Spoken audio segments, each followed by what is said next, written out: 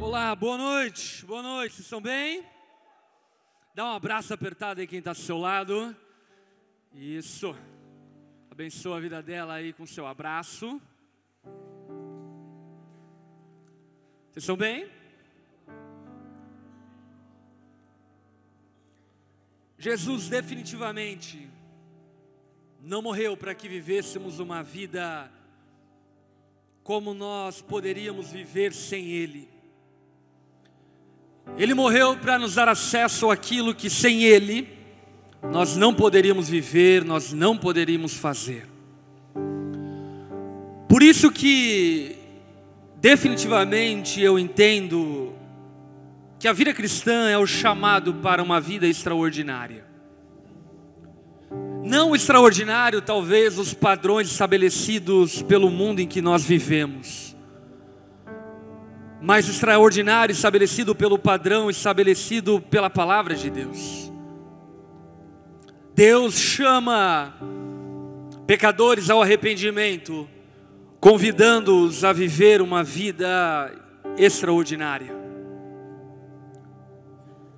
E viver extraordinariamente, sem sombra de dúvida, é também sobre servir a Deus.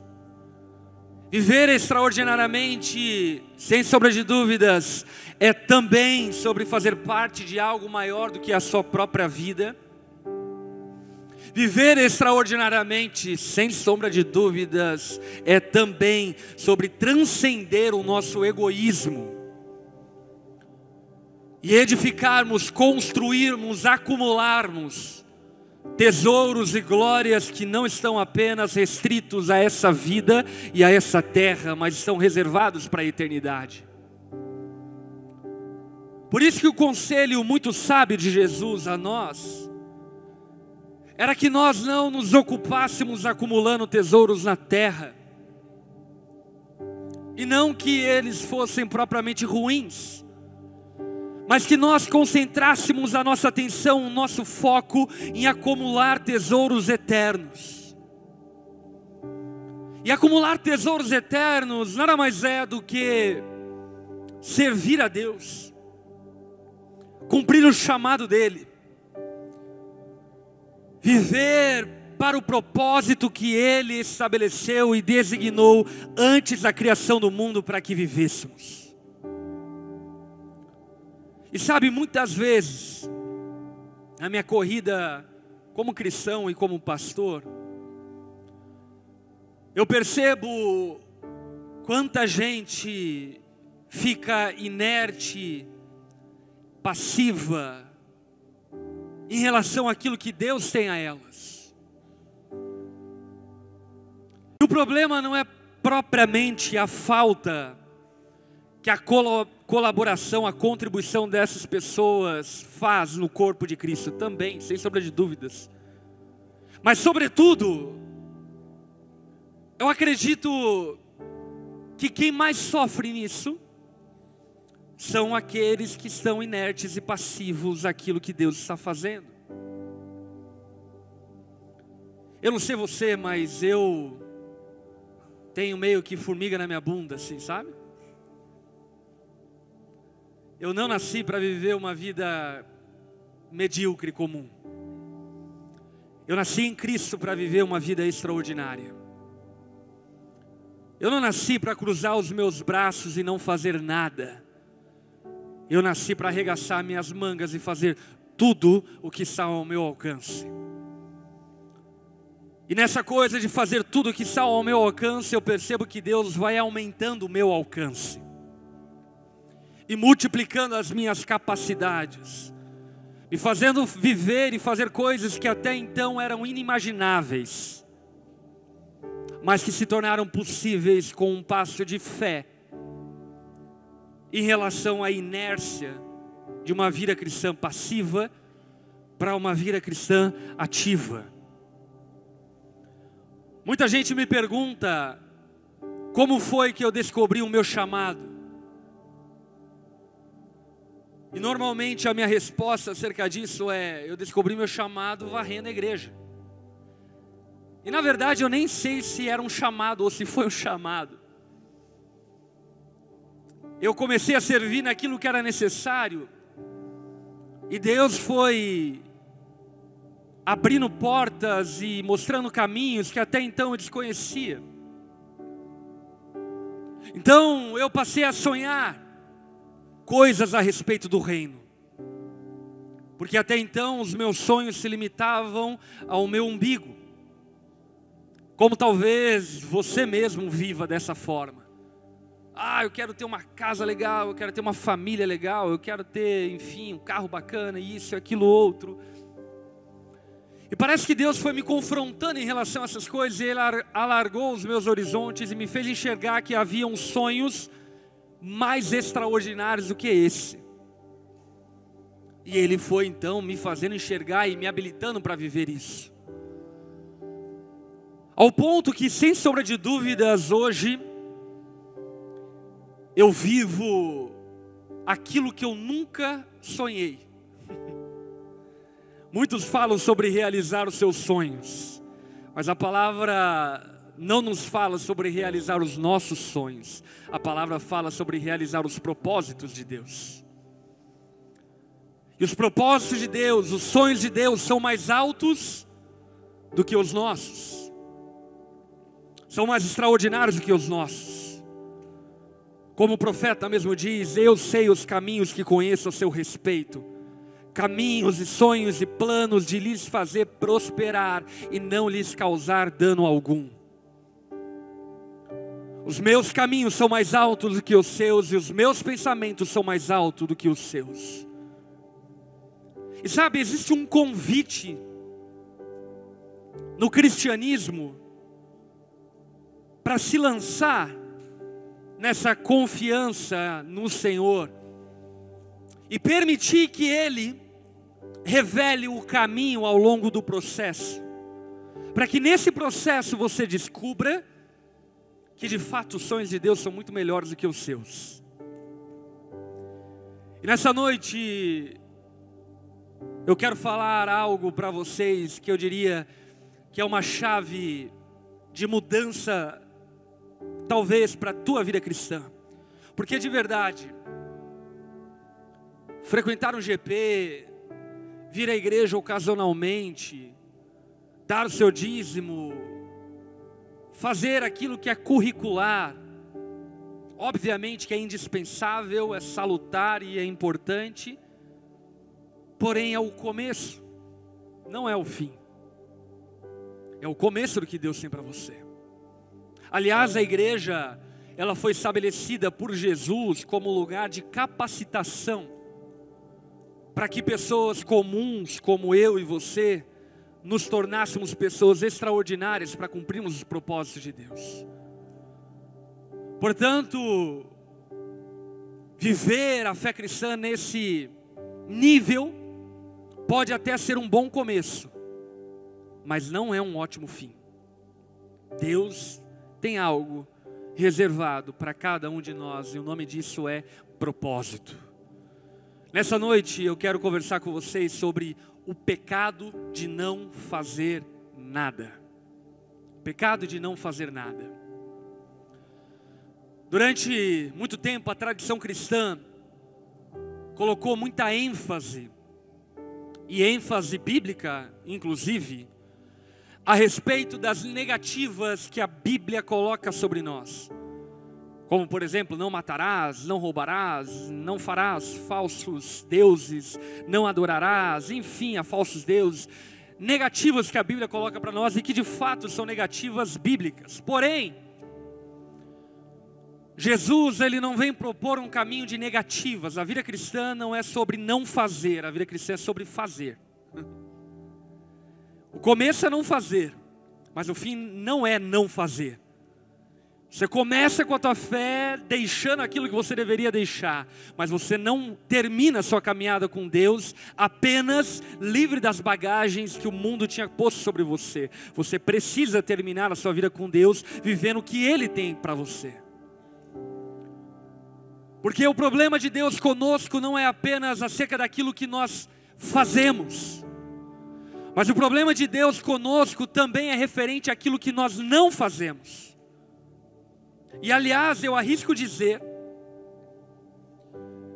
que existe mais problema em não fazer aquilo que Deus mandou que nós fizéssemos, do que em fazer aquilo que Ele não mandou.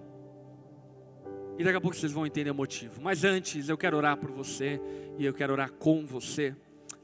Baixe tua cabeça, feche seus olhos. Jesus, nós te exaltamos sobremaneira, e te agradecemos pela graça e privilégio de podermos estar aqui reunidos como igreja, cultuando a Ti. Obrigado, Pai, porque hoje já vivemos coisas, ó Pai, que jamais imaginaríamos capazes de viver. Quantos homens e mulheres aqui casados que jamais pensaram que um dia poderiam estabelecer uma família, mas o Senhor capacitou para que eles estabelecessem. Quanta gente tem prosperado na sua vida financeira, profissional, coisas que talvez na nossa infância eram distantes, longe do nosso alcance, mas a Tua graça nos alcançou e nos permitiu viver todas essas coisas. Obrigado, Jesus. E o que eu clamo a Ti, Jesus, é que nessa noite o Senhor possa chacoalhar a Tua igreja, possa balançar a nossa fé, para que saiamos aqui com uma perspectiva renovada dos Teus planos ao nosso respeito. Eleva o nosso olhar e faz-nos enxergar aquilo que até então estava nublado por causa do pecado. Jesus, ensina-nos o Teu caminho, revela-nos o Teu propósito e capacita-nos para que sejamos participantes dele, em nome de Jesus. Amém e amém. Abra a tua Bíblia em Números, capítulo 32, versículo 1. Livro de Números, capítulo 32, versículo 1.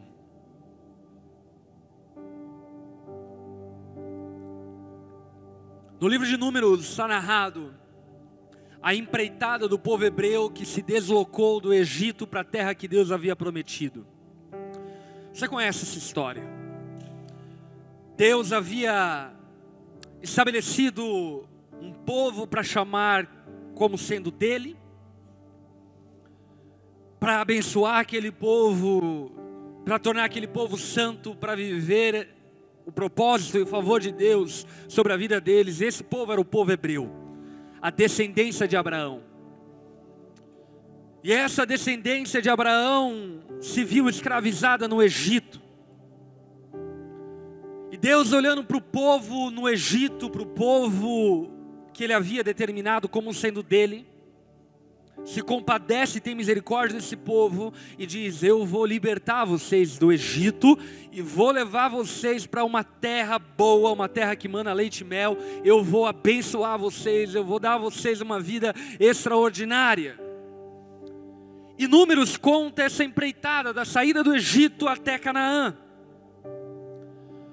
No capítulo 32 de Números, é um ponto muito importante nessa campanha, porque é um ponto onde essa campanha toda pode dar-se a perder por causa da inércia e da inconsequência de duas tribos, duas famílias representadas, dois clãs familiares representados ali. No versículo 1 de Números 32, a palavra diz o seguinte: as tribos de Ruben e de Gade, donas de numerosos rebanhos, viram que as terras de Jazar e de Gileade eram próprias para a criação de gado. Observa, a tribo de Ruben e de Gade trabalhavam com gado, com rebanhos, e o povo de Israel, todas as famílias reunidas de Israel, conquistaram a terra de Jafar, a terra de Gileade. E ali na terra de Jazar e de Gileade, eles viram que a terra era própria para que então eles pudessem cuidar do gado deles. E por isso no versículo 2 a palavra diz que eles foram então até Moisés, ao sacerdote Eleazar e aos líderes da comunidade e disseram: Atarote, Dibon, Jazar, Ninra, Esbom, Eleale, Zebã, Nebo e Beon, terras que o Senhor subjugou perante a comunidade de Israel, são próprias para a criação de gado, e os seus servos possuem gado. E acrescentaram: se podemos contar com o favor de vocês, deixem que essa terra seja dada a estes seus servos, como herança. Não nos façam atravessar o Jordão. Preste atenção no que está acontecendo aqui na história para você não perder o fio da meada. Toda Israel está junta na empreitada rumo a Canaã. Ruben e Gade, representante de 2 das 12 famílias de Israel, chegam a Moisés, que liderava essa campanha, e dizem a ele: olha, nós chegamos até aqui, deixa a gente ficar até aqui e vocês continuam. Nós dobramos nossos braços aqui, somos criadores de rebanho, de gado, então a gente estabelece a nossa família aqui, a nossa terra aqui, está tudo certo, e vocês continuam, e nós ficamos aqui tipo o rei do gado. Moisés, quando ouviu isso, respondeu prontamente a eles, talvez aquilo que eles não queriam ouvir, mas aquilo que eles precisavam ouvir. No versículo 6, a palavra diz que Moisés responde aos homens de Gade e de Ruben, dizendo: e os seus compatriotas irão para a guerra, enquanto vocês ficam aqui. Você entende o que está acontecendo? Eles eram uma nação, eles eram um povo, e eles tinham promessas de Deus, e essas promessas de Deus diziam acerca de uma terra a qual eles ainda não haviam chego.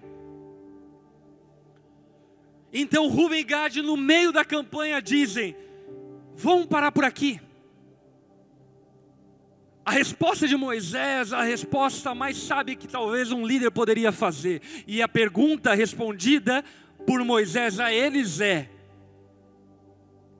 vocês vão ficar de braços cruzados enquanto a gente vai para a guerra sozinho? Deixa eu ver se eu entendi. A proposta de vocês é ficarem aqui tomando chimarrão, comendo costela de chão e acompanhando os stories do que está acontecendo na campanha e na guerra futura? Deixa eu ver se eu entendi. Nós chegamos até aqui juntos. Vocês querem parar aqui e assistir aquilo que o resto do povo vai fazer? Essa é a proposta de vocês? Pula ali para o versículo 20 agora. Disse-lhes Moisés: se fizerem isso perante o Senhor, vocês se armarem para a guerra, e se armado todos vocês atravessarem o Jordão perante o Senhor, até que tenha expulsado seus inimigos à frente dele, então quando a terra estiver subjugada perante o Senhor, vocês poderão voltar e estarão livres da sua obrigação para com o Senhor e para com Israel.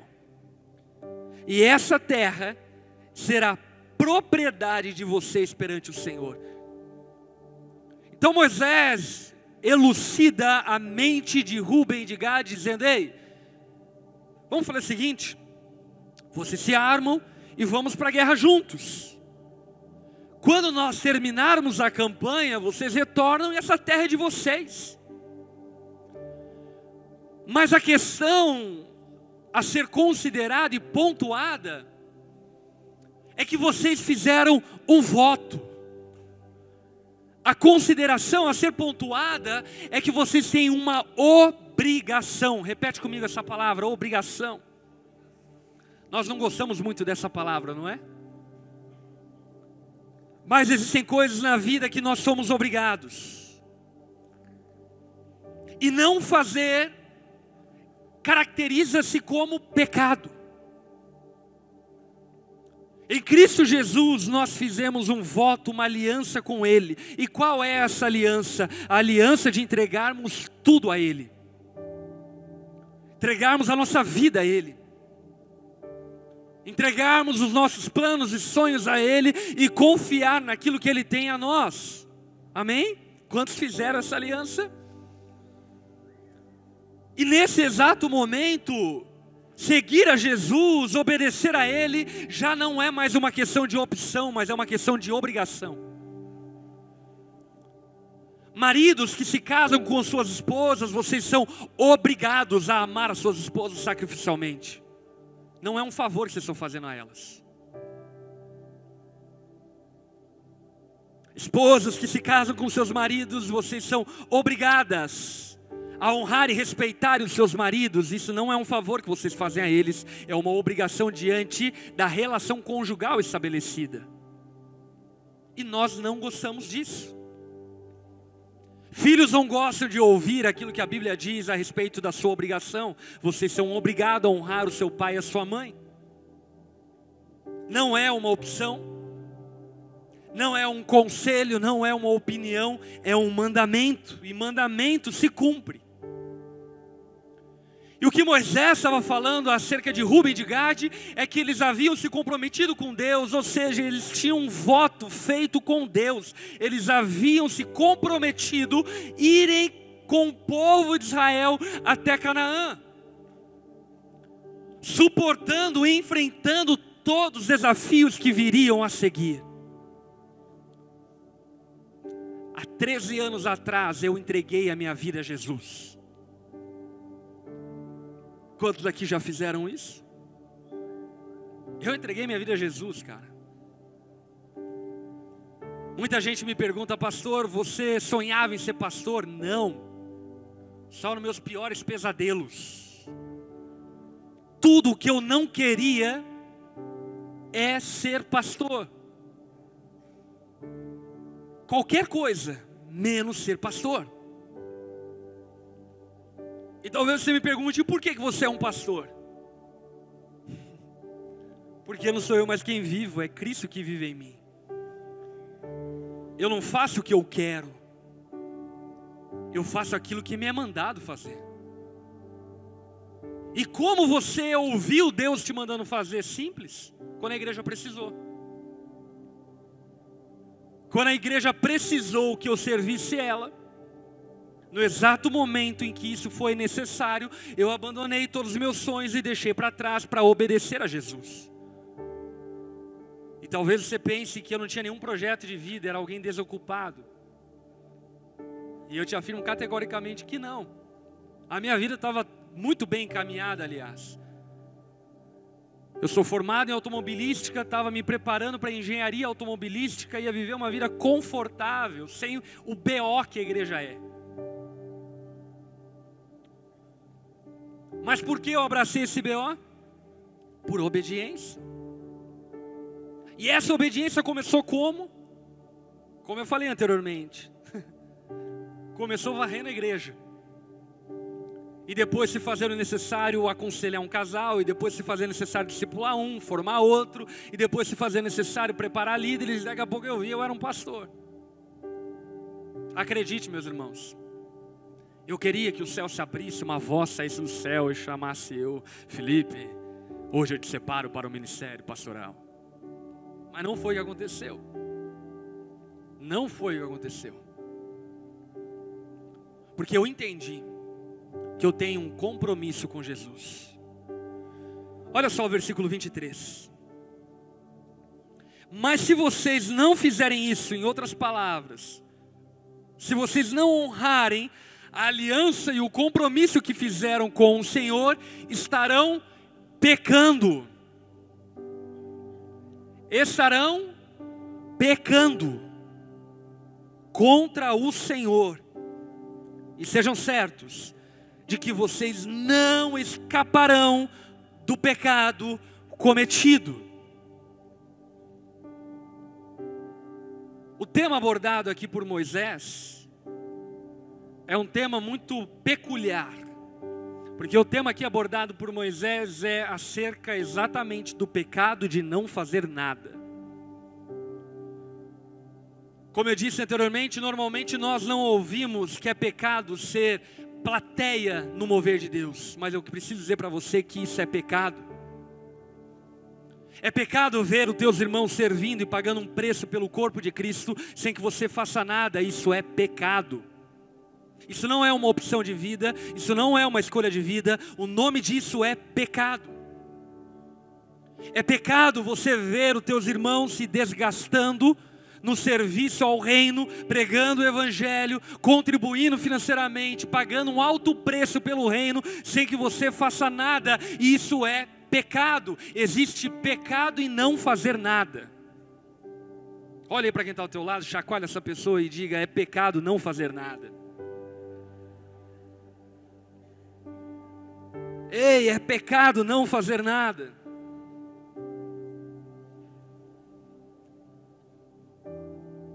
Não é sobre o que os homens fazem que Moisés está falando, mas é sobre aquilo que eles não querem fazer.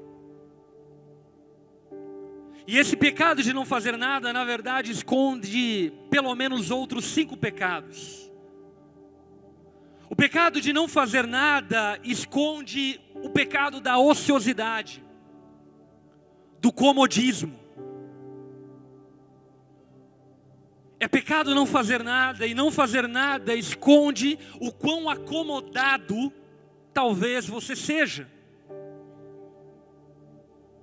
Sabe, é impressionante olhar para a quantidade de pessoas desocupadas. Eu até entendo, na verdade eu entendo, tenho compaixão e misericórdia, aqueles que são desempregados. Mas eu nunca vou entender alguém desocupado. Nunca. Nunca vou entender. Por quê? Porque, meu irmão, nós só temos uma vida. Por um infortúnio da vida, talvez agora você seja desempregado, mas isso não significa que você deva estar desocupado. Existe algo que é tratado de Deus em nós, que só é tratado a partir do momento que nós estamos fazendo algo. E na igreja de Cristo de igual forma. Eu nunca vou entender, biblicamente, teologicamente, um cristão que não faz nada. Nunca vou entender. Eu nunca vou entender alguém que professa fé em Jesus e vive de braços cruzados. Porque isso é pecaminoso, isso é pecado. E o pecado de não fazer nada, eu arrisco dizer que ele é pior do que o pecado de fazer coisas erradas. Sabe por quê? Porque a palavra diz que os 2 primeiros e maiores mandamentos, no qual toda a lei e os profetas são resumidos, é: ame a Deus acima de todas as coisas, e ame a teu próximo como a ti mesmo. Você está percebendo? A lei, os profetas e a Bíblia, o padrão moral de Deus é estabelecido em ação. Ame a Deus, ame ao próximo. A lei, ela não é resumida numa negação, ela é resumida numa ação. E por esse motivo, aquele que não faz nada fere e desobedece o espírito da lei. Porque aquele que não faz nada, obviamente não ama Deus e tampouco ama o próximo. Ai, pastor, é que você não conhece meu coração. Eu amo muito Jesus. Meu irmão, a palavra diz de maneira muito veemente: filhinhos, não amemos de palavras, mas de ações. Não existe essa hipótese, essa história que você criou talvez na tua mente para gerar um placebo à tua inércia, de que você pode amar a Deus sem ação. Não existe isso. Não existe. A palavra é muito clara em dizer que aquele que coloca a mão no arado, ou seja, aquele que disse sim para Jesus, não pode olhar para trás. Quando alguém disse a Jesus que queria o segui-lo, mas antes queria esperar que o pai dele morresse para que então o enterrasse, Jesus diz a ele: você não é digno de mim. Jesus vai dizer que aqueles que entrarão no reino dos céus não são aqueles que dizem Senhor, Senhor, mas são aqueles que fazem a vontade do Senhor. Portanto, o pecado de não fazer nada esconde outro pecado, e esconde o pecado da ociosidade, do comodismo, da preguiça. O outro pecado escondido atrás do pecado de não fazer nada é o pecado do egoísmo. Meus irmãos, pare para pensar um pouco. Imagine o seguinte, aqui é o Egito, para lá é Canaã, e o púlpito é o Jordão. O povo saiu do Egito, atravessou o Mar Vermelho, foi conquistando terras e territórios e chegaram então à beira do Rio Jordão. E quando eles chegam à beira do Rio Jordão, eles dizem ao restante do povo: continuem que nós vamos ficar aqui. Que baita egoísmo isso, não é? Tipo assim, nós chegamos juntos até aqui, as minhas vitórias foram colaborações de muitos outros, mas agora eu vou me encostar e vocês continuam. O pecado de não fazer nada esconde egoísmo. E quantos de nós vivemos dessa forma? Chegaram diante de Deus aos trapos, e em Deus encontraram graça, favor, foram abençoados, casaram, prosperaram, se encontraram profissionalmente, e até que chega um momento que dizem: ah, tá bom, vocês continuem, eu fico aqui. Sabe qual é o nome disso? Egoísmo. Isso é egoísmo. Isso é não se importar com os outros. Meu irmão, se você casou, glória a Deus, mas tem muita gente que ainda não casou. Se você prosperou financeiramente, glória a Deus, mas tem muita gente que ainda não prosperou.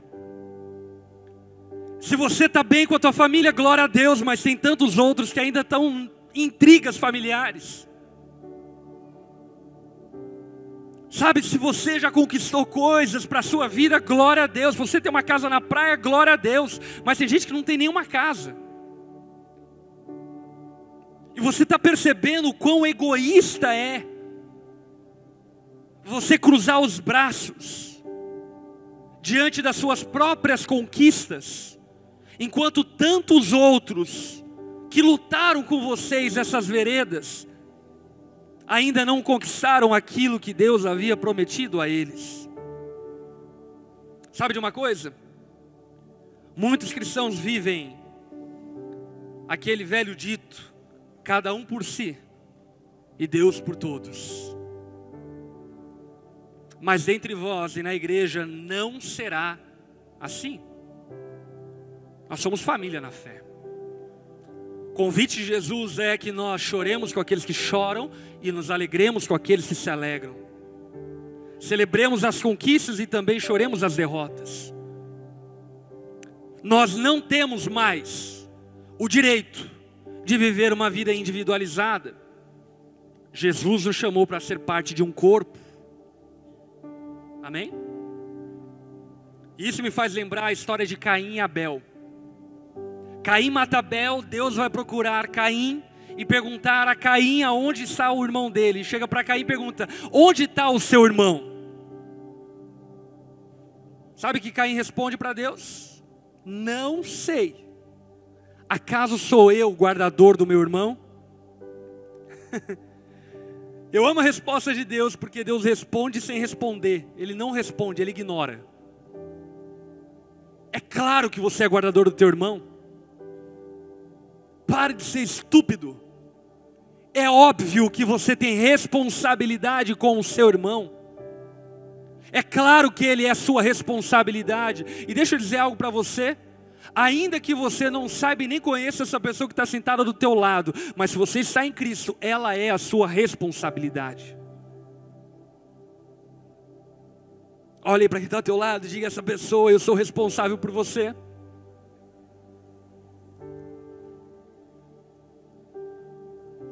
Portanto, Portanto, o pecado de não fazer nada esconde por vezes egoísmo. Não ser responsável pelos outros. Não ser responsável pelo todo. E deixa eu dizer algo para você, cara. Se você entregou a sua vida a Jesus e escolheu servir a Ele nessa igreja local, você é responsável por essa igreja. E isso não é uma opção. Isso é uma obrigação. Obviamente que isso cabe àqueles que têm compromisso com essa igreja. Coisa que são onda dura, fazem parte dessa comunidade, dessa igreja. Você tem responsabilidades com essa igreja, cara. Ela é sua responsabilidade, ela é nossa responsabilidade. Ela não é responsabilidade de alguns. Ela é responsabilidade de todos nós. Terceiro pecado escondido no pecado de não fazer nada é o pecado da ingratidão. Mais uma vez, eles saem do Egito, estão indo para Canaã, chegam até aqui, dizem aqui: chega, vamos parar por aqui, vamos ficar aqui criando nosso gado e vocês continuam. Que ingratidão! Cara, que ingratidão! Aliás, vamos arrazoar aqui um pouco. Como nós chegamos até aqui hoje? Podemos estar em uma igreja servindo a Deus com uma Bíblia no nosso celular, com uma Bíblia na nossa mão. Como nós chegamos até aqui? Deixa eu afirmar e dizer para você. Chegamos até aqui com o suor e com o sangue de muita gente ao longo da história. Jesus morreu para que nós estivéssemos aqui. Os 12 apóstolos morreram para que nós estivéssemos aqui. Paulo se absteve da liberdade de se casar para pregar o evangelho, para que eu e você tivéssemos quase que todo o Novo Testamento. Pedro foi crucificado de cabeça para baixo, por amor a Cristo. Tantos outros foram cerrados ao meio, torturados, queimados. Estima-se que só no Coliseu foram mortos e torturados cerca de 100 mil cristãos que professavam e guardavam a fé em Jesus, para que a palavra e o conhecimento do evangelho chegasse até as futuras gerações. Até o 3º século,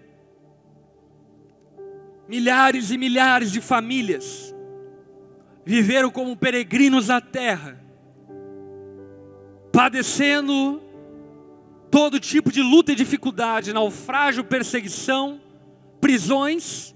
Para quê? Para que o evangelho chegasse até nós.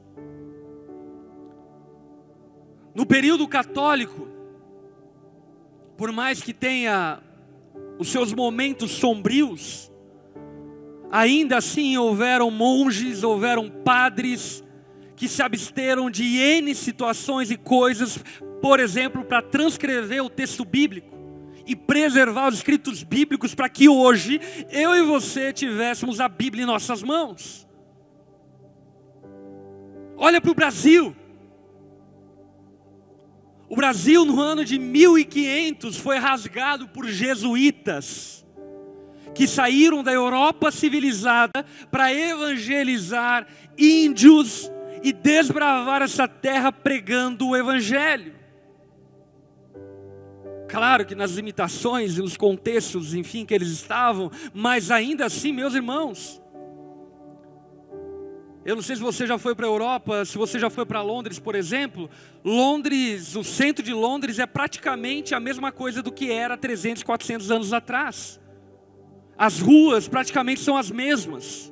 As casas e construções, grande parte são de séculos passados. E esses homens saíram de cidades estruturadas, civilizadas, para virem no meio do mato, pregar para pessoas que eles nem entendiam e que nem conseguiam se fazer entender. Você está entendendo como nós chegamos até aqui? No século XVIII, missionários reformados rasgaram o Brasil, implantando igrejas no Nordeste, no Norte do Brasil, no Sudeste do Brasil. No século XIX, o movimento pentecostal rasgou o Brasil. Missionários assembleanos, quadrangulares, rasgaram o Brasil pregando o Evangelho. Meu irmão, você vai para cada pirimboca do Brasil e tem uma igreja lá.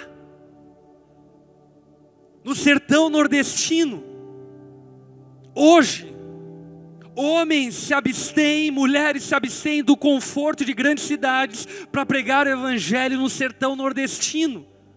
Passar sede, fome, para pregar o Evangelho. Você está entendendo como nós chegamos até aqui?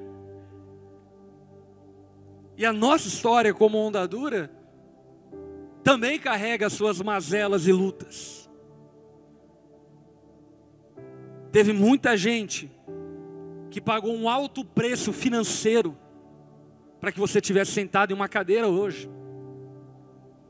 Existem pessoas que rasgam madrugadas orando para que você e nós estivéssemos aqui hoje. Apacentadores, líderes, discipuladores que se mantêm anos a fio fiéis, discipulando, cuidando de pessoas, sobrepondo seu próprio cansaço, fadiga e frustração para cumprir o chamado de Jesus. Olha como nós chegamos nesse espaço. Quando nós entramos aqui, o primeiro culto era de chão batido. Não tinha parede. Esse teto era só de enfeite. Porque vazava água para tudo quanto é lugar. Chovia mais aqui dentro do que na chuva normal. E sabe, muita gente despendeu de grana para que nós estivéssemos aqui. Para você mensurar um pouco isso, eu quero mostrar essa carta de Pero Vaz de Caminha, que foi escrito no ano 1500, quando ele avistou o Brasil. Então escreveu essa carta para o rei de Portugal. Esse aqui é um trecho final da carta, endereçado ao rei de Portugal, quando ele diz: águas são muitas, infinitas, em tal maneira é graciosa que, querendo aproveitar, dar-se-á nela tudo por causa das águas que tem. Contudo, o melhor fruto que dela se pode tirar, parece-me que será salvar essa gente.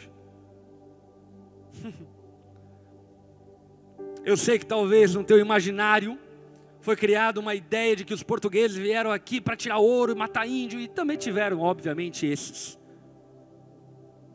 Mas um registro histórico como esse, por exemplo, de Pero Vaz de Caminha, autentica e exemplifica que esses homens entraram num tempo de mitologias no meio do oceano, atravessaram o desconhecido, desbravaram o oceano no qual não se tinha conhecimento. Para quê? Para anunciar a fé que eles tinham. Você está percebendo? E eu acho que isso suscita duas coisas. Primeiro, dê uma salva de palmas em homenagem, em memória a toda a história passada nossa.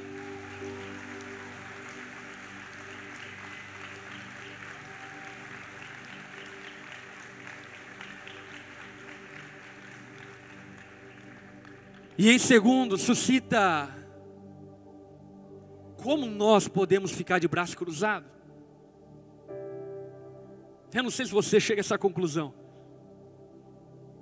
Eu não consigo, e eu vou dizer a vocês, eu poderia ficar de braço cruzado. Poderia mesmo. Eu estou numa altura do campeonato da minha vida que eu poderia pendurar minha chuteira, viver bem, confortavelmente, sem me preocupar com absolutamente nada. Mas eu não posso ficar de braço cruzado. Porque não é sobre mim. É sobre aquilo que Deus me chamou, é sobre aquilo que Ele nos chamou para fazer. Portanto, se em um ponto suscita gratidão, em outro ponto suscita responsabilidade diante da história que vem atrás de nós. Será que recebemos tudo e então não daremos nada em retorno? Seremos como velas queimando debaixo de uma cama? Será que desperdiçaremos nossas vidas por muito receber e pouco distribuir? O quarto pecado escondido no pecado de não fazer nada é o pecado da falsidade. Meus irmãos, e aqui eu digo para aqueles que são irmãos, aqueles que entregaram sua vida a Jesus. Se você entregou sua vida a Jesus e vive de braços cruzados em relação à obra dele, você é um fake, você é falso. O nome que Jesus diz e chama a estes é de hipócritas. E pior de tudo, que nós usamos todo tipo de argumento bíblico furado. Por exemplo, você chega para alguém e diz: ei, fulano de tal, você pode dar uma mão em relação àquilo? E aí ele diz: não, eu preciso calcular o preço. Problema é que isso é uma má interpretação bíblica, porque Jesus diz para nós calcularmos o preço antes de entregarmos nossa vida a Ele. Porque o preço de entregarmos a nossa vida a Ele é tudo. Ou seja, aquele que de fato nasceu de novo, não vive mais para si. Como diz em Romanos capítulo 14, versículo 17. Pois nenhum de nós vive apenas para si, e nenhum de nós morre apenas para si. Você que entregou a sua vida a Jesus, não tem mais o direito de viver apenas pensando em si. Você que entregou a sua vida a Jesus, não tem nem o direito de morrer apenas pensando em si. Por quê? Porque de fato, em Cristo Jesus, a nossa vida já não é mais nossa. E quinto pecado escondido no pecado de não fazer nada, sabe qual é? O pecado do desencorajamento. A tua inércia é contagiante. Ela contamina quem está ao seu lado. A tua inércia no seu grupo pequeno é contagiante. Marido, a tua inércia dentro do teu casamento é contagiante. Basta você começar a ser passivo na tua vida com Deus, que você vai perceber que toda a tua casa vai ser assim. E um dia,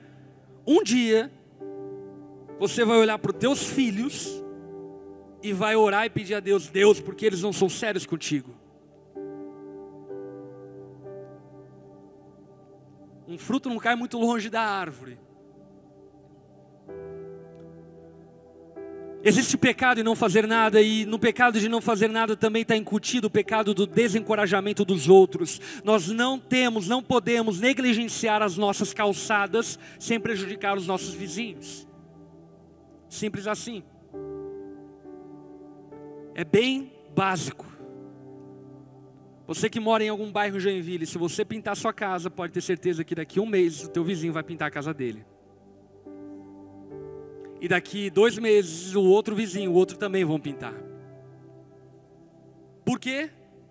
Porque a ação é contagiante. E a inação também é contagiante. Agora, o que eu quero que vocês compreendam é o que o pecado de fazer nada não é propriamente, em última análise, em instância, um pecado cometido apenas contra a igreja. É também. Mas o pecado de não fazer nada, em última análise, é um pecado contra Deus. Moisés fala isso para o povo. Ele diz para Rubem e Gade: porém, se não fizerdes assim, pecaste contra o Senhor. Se você não fizer nada, não é apenas uma falta que você faz à igreja, faz. Mas muito mais do que apenas uma falta que você faz à igreja, você está pecando contra Deus. E aqui vale a pena pontuar algumas coisas óbvias e lógicas que talvez você por vezes se esquece. É pecado contra Deus não se preocupar com a salvação do teu próximo. Amém? Chamado de Jesus para nós é: vai para todo mundo, prega o evangelho a toda criatura. Meu irmão, é pecado contra Deus você dobrar os teus braços enquanto tem gente ao seu redor que não conhece a Jesus. É pecado contra Deus não servir a igreja. Jesus se fez carne e viveu entre nós, mas se não bastasse, o Deus Todo-Poderoso, em determinado momento, Ele pega os pés dos seus discípulos, e vamos lá, meu irmão, pé de Pedro,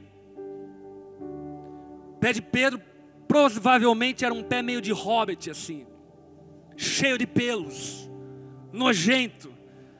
Jesus pega aquele pé meio de Frodo, lava aquele pé, e sabe qual é a lição que Jesus dá?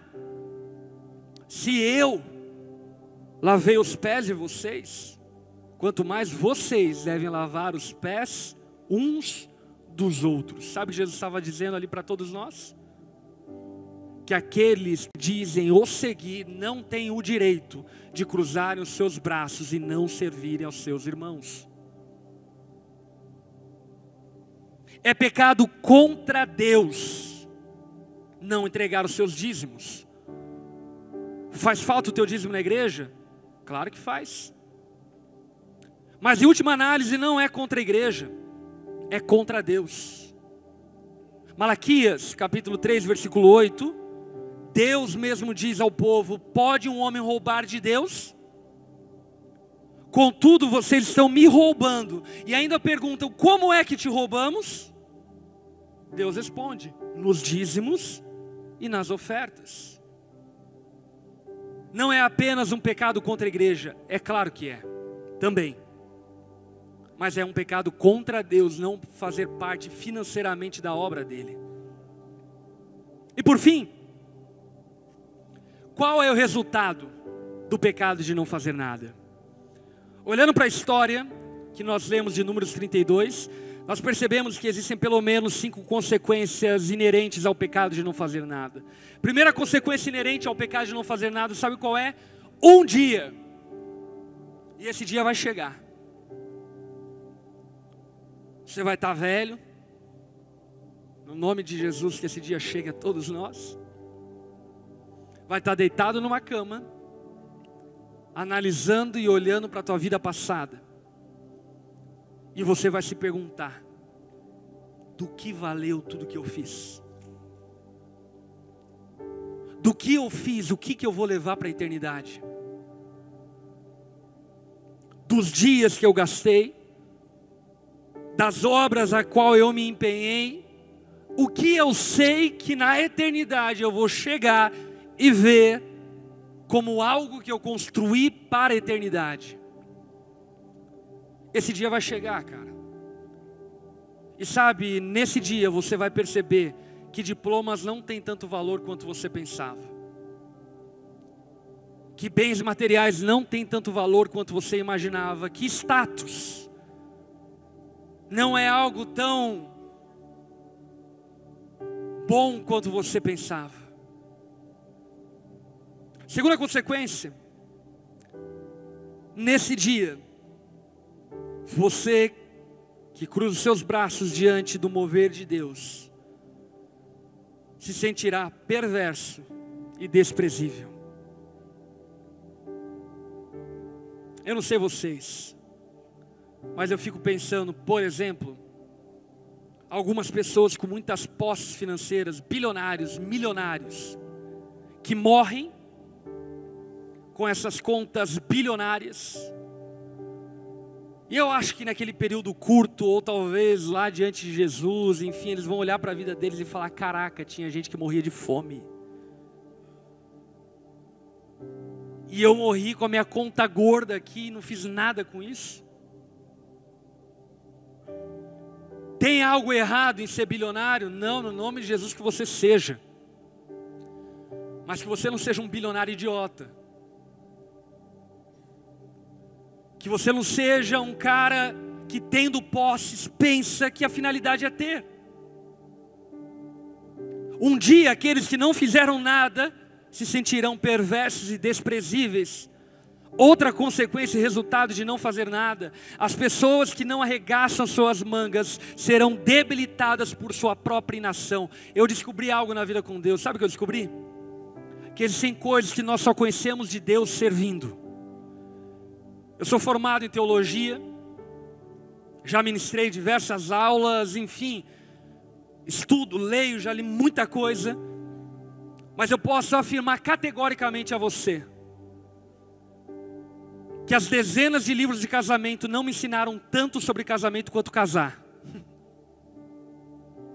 Eu posso afirmar categoricamente para você que as matérias de teologia, as dezenas de livros de teologia não me ensinaram tanto quanto servir. Existem coisas que nós só aprendemos fazendo. Universitários sabem bem disso. Você acaba a sua universidade com aquela impressão de que eu sei tudo. Aí você entra no mercado de trabalho e você descobre que é um verme. Eu falo, o que eu fiz 5 anos? Eu não sei nada. Por quê? Porque de fato existem coisas que nós só aprendemos fazendo. Quarta consequência de não fazer nada: pessoas que não fazem nada, que não servem, são divididas do resto do Israel de Deus, do povo de Deus. Você já ouviu alguém dizendo coisas como, por exemplo, ai pastor, eu não me sinto parte da igreja, eu não sei porquê. Sábado que vem, chega aqui 1h da tarde, pega uma vassoura, varre todo esse espaço. Se você chegar às 6 horas não sentindo parte desse espaço, eu vou dizer para você que você tem um grande problema. É óbvio que você não vai sentir parte daquilo que você não é parte. Eu não sei você, mas quando eu entro nesse lugar, eu sinto uma alegria imensa no meu coração. Por quê? Porque eu sou parte disso daqui. Eu sei que existe muito suor meu derramado, muita oração entregue por isso. Tem muito trabalho, muito dinheiro dado. Eu sou parte disso. E sabe de uma coisa? Não existe nada melhor do que pertencer a uma família eterna. Não existe nada melhor do que você ser parte de algo que vai durar para toda a eternidade. E quinta e última consequência de quem não faz nada: haverão muitos adicionados à igreja, Deus a fará prosperar, nós veremos isto, mas aqueles que não servem, não se alegrarão. Meus irmãos, há 13 anos atrás, nós começamos a Onda Dura. Pouquíssimos de vocês estavam lá naquele tempo. Nós sonhamos, trabalhamos, fizemos, evangelizamos, erramos, acertamos, nos dedicamos, entregamos tudo. E Deus foi fazendo as coisas acontecerem. Eu não sei se você sabe, mas hoje nós estamos implantando igrejas em mais de 80 cidades. Nós temos igrejas nos Estados Unidos, estamos implantando na Europa, na Itália, na Inglaterra, em Portugal. Semana passada, vários batismos de Portugal acontecendo. Enfim, Deus fez. Em São Paulo, centenas de pessoas reunidas. No Rio de Janeiro, centenas de pessoas reunidas. Várias histórias de transformação. E a pergunta que eu faço a você é: você se alegra com tudo isso? Quem fez parte, quem faz parte disso tudo, não tem como não se alegrar. E essa alegria, meu irmão, o ouro não pode comprar. A satisfação de que você está fazendo parte do mover de Deus, não existe qualquer outra coisa na vida que é capaz de saciar. E acredite, eu já fumei tudo que você pode imaginar. Eu já fui para tudo quanto é lugar que você pode pensar, e nada satisfaz tanto quanto o sentimento de que eu faço parte de algo maior do que a minha vida. Essa alegria é incomparável. Por isso nessa noite, eu quero dizer a você, cara, Deus não te chamou para não fazer nada. Eu não sei qual é o teu chamado específico, eu não sei qual é o teu dom específico, eu não sei como você foi chamado para servir a Deus. Agora eu sei que não existe espaço no reino de Deus para pessoas de braços cruzados. Na obra de Deus só existe espaço para a gente carregar essa manga e faz aquilo que foi dado a eles a que fizessem. Amém? Fique em pé no seu lugar.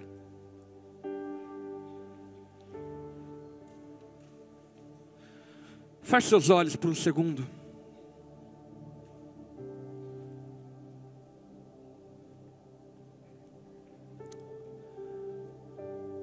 Vamos dar um espaço agora para o Espírito Santo.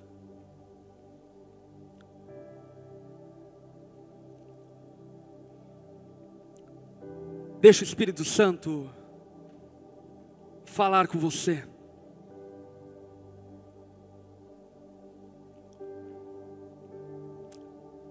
Existe mais, existe muito mais. Deus quer usar as nossas vidas para algo maior do que nós mesmos. Para coisas mais gloriosas do que o nosso próprio umbigo.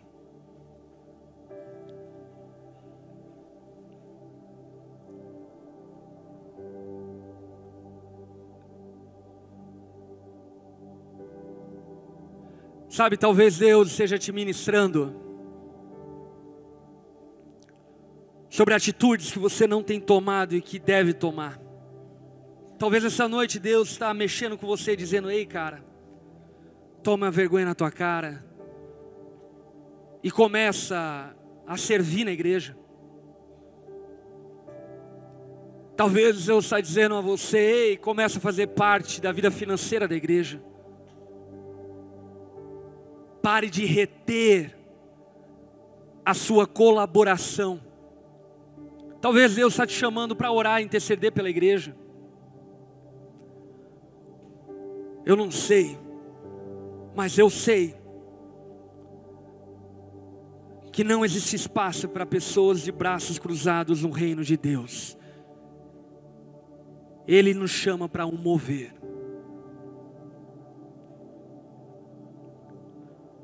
De olhos fechados.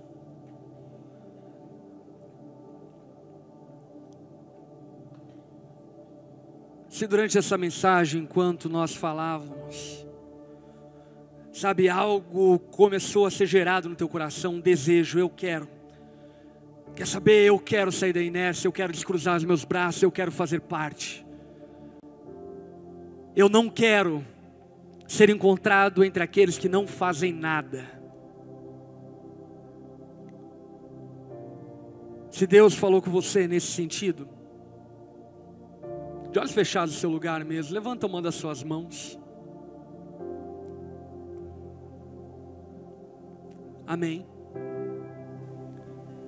Não importa o que, importa a tua disposição, importa o seu se entregar. Deus vai te mostrar o caminho no qual Ele quer te usar nessa empreitada. Abraça a pessoa que está do seu lado, vamos orar agora.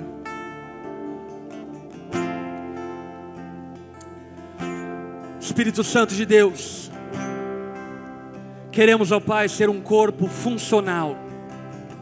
Nós não somos uma igreja para plateia.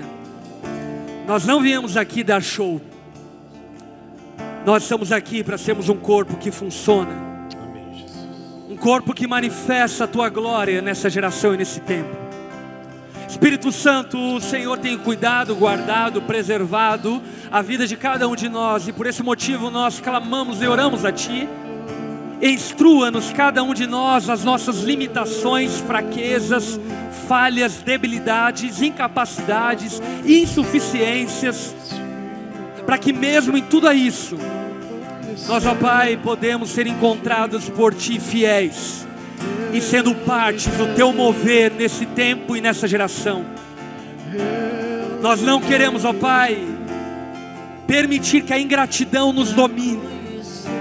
Diante da história passada, nós queremos deixar um legado para a próxima geração e abençoar as gerações futuras com o nosso testemunho, com o nosso serviço, com a nossa dedicação, com a nossa colaboração, para que o Evangelho possa alcançar os nossos netos, tatarasnetos, bisnetos, possa alcançar as futuras gerações que ainda virão, Pai. Nos usa conforme o Teu querer, conforme a Tua vontade, Jesus.